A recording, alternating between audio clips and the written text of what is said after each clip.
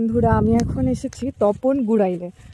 আমি এসেছি আমার মনার সাথে কাজে, ও কাজ করছে। তো পাশে ওর অফিসের পাশে এরকম সর্ষে ক্ষেত দেখে আমি নিজেকে আর সামলাতে পারিনি। তো আমাদের ওদিকেও এরকম সর্ষে চাষ হয়, কিন্তু এতটা না, মানে যতটা তোমাদেরকে দেখাবো এখন পুরো মাঠ জুড়েই সর্ষের ক্ষেত। তো ভাবছি যে তোমাদেরকে শেয়ার করি, তোমাদের দেখলেও ভালো লাগবে। তো দেখো এই যে সর্ষের ক্ষেত, টুপিটি খুলি, এই যে স্কুটিতে এসছে তো পুরো চুলগুলো একদম এলোমেলো হয়ে গেছে। দেখো আমাকে কেমন লাগছে। আর সর্ষের ক্ষেতে অবশ্যই কয়েকটা পিক তুলবো আমি। দেখো গোটা মাঠ দূরে, আমি ব্যাক ক্যামেরা করি তাহলে দেখতে।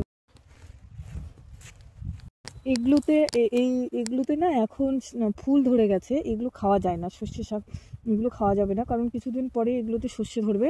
এই যে দেখো এগুলোতে কেবল চলে এসছে, তো এগুলো এখন খাওয়া যাবে না। তো আমি তোমাদেরকে দেখাচ্ছি কোনগুলো খাওয়া যাবে সর্ষের শাকগুলো। তো এই সর্ষের শাকগুলোই বিক্রি করা হয় বাজারে, সর্ষের শাকগুলো তুলে। তো এখন এগুলো ফুল যেহেতু ফুটে গেছে না, এই সর্ষের শাকের বড়া খেতে খুব বেশ ভালো লাগে। এই যদি কেউ দেখতে চাও তাহলে তোমাদেরকে অবশ্যই আসতে হবে বালুরঘাটের গুড়াইলে, মানে তপনের গুড়াইলে। তো এই যে না, এগুলো এখন তুলে তুলে বিক্রি করবে, সব বিক্রি করে, এই অবস্থাতেই বিক্রি করে সব সর্ষের শাকগুলো। তো এরকম এখন এই যেগুলো ফুল হয়ে গেছে আর এগুলো এখনও ছোটোই আছে, এই অবস্থায় বিক্রি করা হয় বাজারে সর্ষেগুলো। তো এগুলো ফুল হয়ে গেছে, দারুণ লাগছে, দারুণ।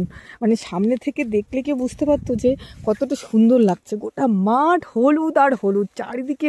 একটা জিনিসই খুঁজছিলাম যেটা সর্ষের ক্ষেতের মধ্যে খুব খুব বেশি হয়, সেটা হচ্ছে তোমাদেরকে দেখাচ্ছি। দেখো এই যে বথির শাক, বথির শাক দেখতে আমার বথির শাকগুলো আমি এটা এতক্ষণ ধরে খুঁজছিলাম, কারণ সর্ষের ক্ষেতের মধ্যে সব থেকে বেশি বথির শাক হয়।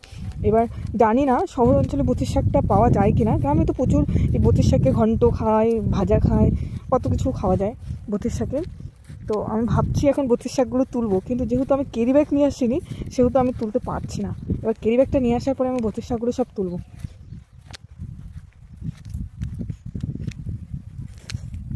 আমার চুলগুলো পুরো এলোমেলো হয়ে গেছে স্কুটিতে আসার জন্য।